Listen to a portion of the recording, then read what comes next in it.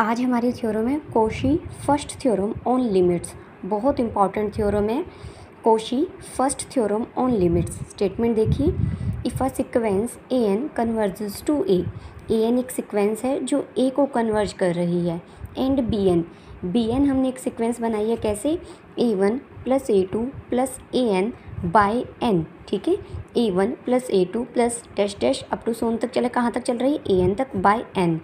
अगर b n ये sequence है then the sequence b n also converges to a. हमें क्या प्रूव करना है, बी एन किसको कन्वर्ज करे, ए को।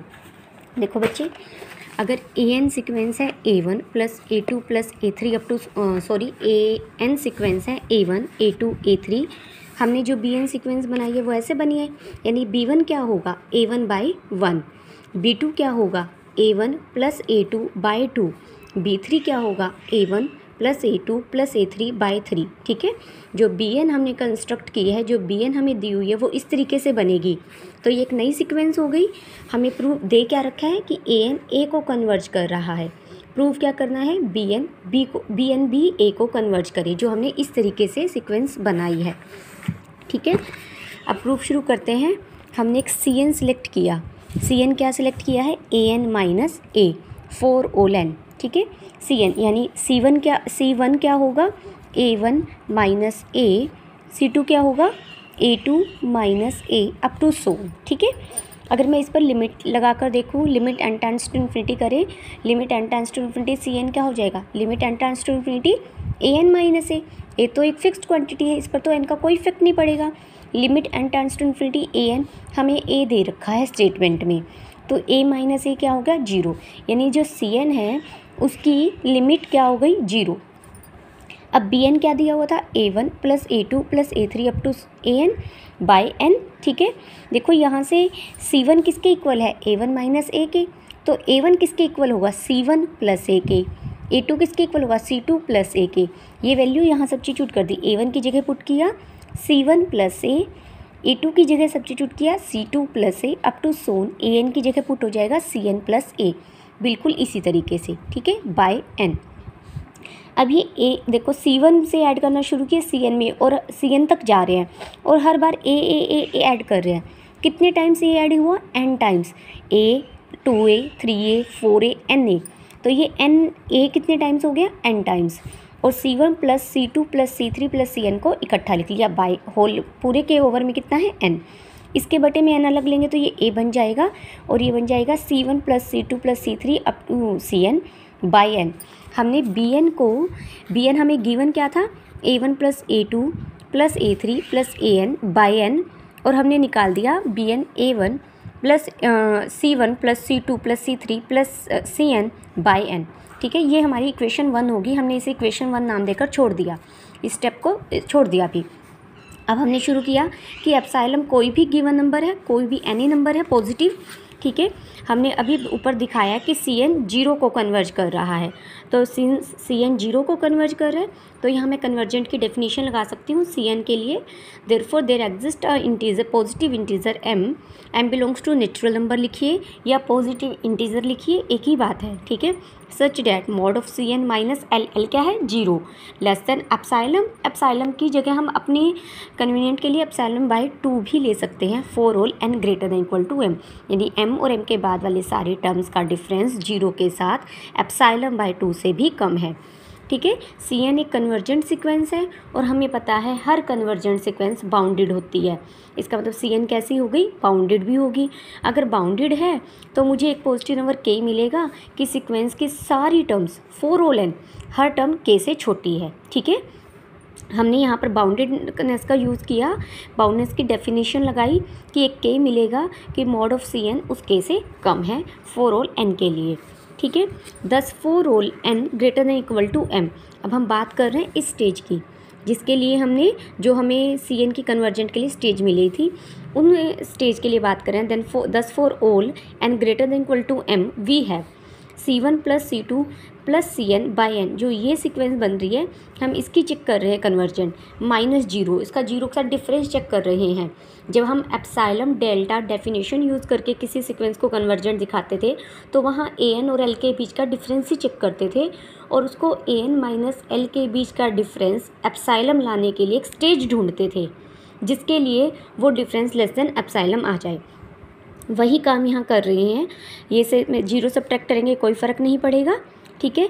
अब सबके ओवर में अलग अलग ले लीजिए, C1/n, C2/n, C3/n, Cn/n, ठीक है। मोड क्वांटिटी पूरे पर रहेगी। जब मैं मोड क्वांटिटी को डिस्ट्रीब्यूट करूँगी, देखो मोड क्वांटिटी अलग अलग होगी तो बीच में लेस देन इक्वल टू का सिंबल आएगा। मोड ऑफ C1/n, आप पूरे पर भी n लगा सकते हैं, होल इस तरीके से भी यूज़ कर सकते हैं। n एक नेचुरल नंबर है, पॉजिटिव ही रहेगा, ठीक है। C2/n, ठीक है। मोड सब पर अलग अलग कर लिया यूजिंग द प्रॉपर्टी, ये वाली प्रॉपर्टी हम यूज़ करते थे ना नंबर थ्योरी में, इसी का यूज़ किया है, ठीक है।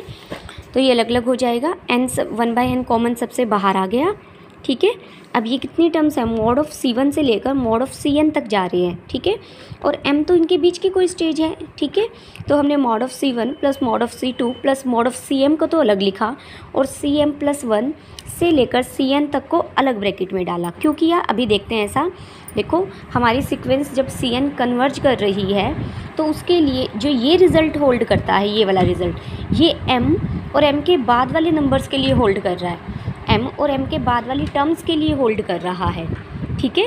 तो पहली m टर्म्स के लिए C1, C2, Cm किस तरीके से रिएक्ट कर रहे हैं हमें नहीं पता, उनके लिए हम बाउंडनेस का यूज़ करेंगे। तभी हमने सीक्वेंस को बाउंडेड कहा और बाउंडनेस की डेफिनेशन की। यहाँ 4 रोल n है तो पहले m टर्म्स के लिए तो मैं ये चीज़ लूँगी, ठीक है, और m के बाद वाली टर्म्स के लिए हम इस चीज़ का यूज़ कर सकते हैं।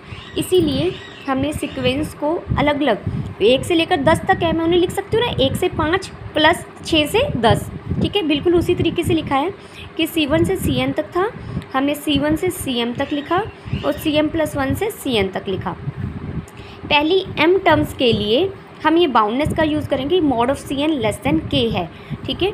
तो हमने k plus k m times ये यूज़ किया और Cm+1 से लेकर Cn तक हम ये रिज़ल्ट यूज़ कर सकते हैं क्योंकि ये m के बाद वाली सारी टर्म्स के लिए होल्ड करता है, एप्सिलॉन/2 एप्सिलॉन/2।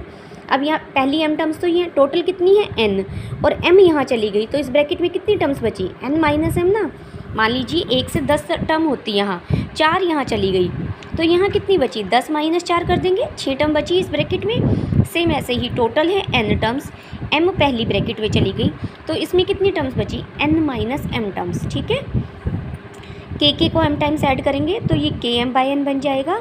एप्सिलॉन/2 को n minus m times add करेंगे तो एप्सिलॉन/2 n माइनस m, और ये 1/n की वजह से यहाँ n आ गया, ठीक है। ये यानी हम लेकर चले थे ये चीज़ लेस देन आ गई Km/n प्लस दिस। अब हम प्रूव करेंगे कि अगर ये चीज़ 0 को कन्वर्ज करेगी तो ये चीज़ लेस देन एप्सिलॉन आनी चाहिए। हम कहेंगे ये चीज़ लेस देन एप्सिलॉन है इफ़ ये पूरा लेस देन एप्सिलॉन हो, ये पूरा लेस देन एप्सिलॉन होगा तो मैं कह दूँ कि ये भी एप्सिलॉन/2 से लेस हो और ये भी एप्सिलॉन/2 से लेस हो, ठीक है। जब हम एप्सिलॉन डेल्टा डेफिनेशंस करते थे हम An माइनस L चेक करना शुरू करते थे बच्चे। यहाँ पर मान लो वो लेस देन किसी भी नंबर से आ जाता था, फिर हम लिखते थे An minus L less than epsilon if जो यहाँ नंबर आया वो लेस देन एप्सिलॉन। सेम चीज़ यहाँ कर रहे हैं, ये है C1 plus C2 plus Cn/n minus 0 less than क्या आ गया Km/n प्लस एप्सिलॉन/2n n माइनस m, ये आ गया n माइनस m, ठीक है। मुझे इसे लेस देन एप्सिलॉन दिखाना है तो इसका मतलब ये पूरा क्या होगा, लेस देन एप्सिलॉन। अगर Km/n प्लस एप्सिलॉन/2n n minus m less than epsilon होगा तो मैं क्या ये कह दूँ कि ये भी लेस देन एप्सिलॉन/2, ये भी लेस देन एप्सिलॉन/2, ताकि इनका जोड़ लेस देन एप्सिलॉन ही हो जाए। तो इसीलिए हमने कहा है Km/n भी लेस देन एप्सिलॉन/2 होगा और एप्सिलॉन/2 n माइनस m भी लेस देन एप्सिलॉन/2 होगा। यहाँ से भी हमने n के एक स्टेज निकाल ली m1 जिसके बाद वाले नंबर्स के लिए ये लेस देन एप्सिलॉन/2 हो। यहाँ से भी हमने एक स्टेज निकाल ली कि जिसके बाद वाले नंबर्स के लिए ट्रू हो। ये एन नेचुरल नंबर होंगी ये स्टेज, वही जो भी स्टेज मिलेगी होगी नेचुरल नंबर 10, 15, 20, इनमें से जो भी मैक्सिमम होगा, मैक्सिमम के लिए ये दोनों रिजल्ट एक साथ होल्ड कर जाएंगे कि ये भी लेस देन एप्सिलॉन है, ये भी लेस देन एप्सिलॉन बाय 2 है। तो m हमने एक पॉजिटिव इंटीजर लिया सच दैट m क्या है, मैक्सिमम है m, 2km बाय एप्सिलॉन। देखो एक स्टेज ये है और एक स्टेज ये है, ठीक है। इनमें से जो मैक्सिमम होगा उसके लिए ये दोनों एक साथ साइमल्टेनियसली एप्सिलॉन बाय 2 से लेस होंगे, ठीक है। अगर ये भी एप्सिलॉन बाय 2 से कम है, ये भी एप्सिलॉन बाय 2 से कम है, तो ये क्या हो जाएगा, लेस देन एप्सिलॉन हो जाएगा, ठीक है। यानी mod of C1 plus C2 plus Cn by n minus 0 less than epsilon आ गया for all n greater than equal to m, जहाँ m क्या है, कैपिटल M क्या है, मैक्सिमम है उन दोनों स्टेज का। इसका मतलब तो क्या हो गया एप्सिलॉन डेल्टा डेफिनेशन से कि ये सीक्वेंस 0 को कन्वर्ज कर रही है, ठीक है। ये सीक्वेंस, ये इस तरीके की सीक्वेंस बनेगी Cn वाली, ये 0 को कन्वर्ज करेगी। इस बात का यूज़ हम यहाँ कर देंगे जो हमने इक्वेशन फर्स्ट छोड़ी थी, Bn को किसकी इक्वल आकर छोड़ा था, a प्लस दिस, ठीक है। यहाँ पर मैं limit n tends to infinity करूँगी तो दोनों तरफ limit n tends to infinity होगा। a तो इंडिपेंडेंट ऑफ n है तो कोई इफेक्ट नहीं पड़ेगा। जब इस पर limit n tends to infinity लगेगी तो अभी हमने प्रूव किया कि ये किसको जा रहा है, 0 को, तो ये 0 हो जाएगा। तो यानी limit n tends to infinity Bn क्या आ जाएगा, a, ठीक है। Limit n tends to infinity Bn क्या आ जाएगा, a, यानी Bn किसको कन्वर्ज कर रहा है, a को, और Bn तो था क्या, ये था, ये कन्वर्ज कर रहा है a को। इसका मतलब ये रिज़ल्ट होल्ड कर गया, ठीक है, क्लियर। उसके बाद एक छोटा सा रिमार्क है लेकिन बहुत इंपॉर्टेंट, कॉशी फर्स्ट थ्योरम का कन्वर्स होल्ड नहीं करता। यानी कोई एक Bn सीक्वेंस पहले हम लेकर चलें इस तरीके से, जो An से जनरेट हो रही है, An से बन रही है, वो कन्वर्ज कर रही हो तो ज़रूरी नहीं है An भी कन्वर्ज करे। An कन्वर्ज कर रहा है तो Bn भी उसी नंबर को कन्वर्ज करेगी जहाँ Bn हमने ऐसे कंस्ट्रक्ट किया है, लेकिन पहले An ली और Bn भी ऐसे कंस्ट्रक्ट कर ली और फिर हमने Bn को कन्वर्जेंट दिखा दिया।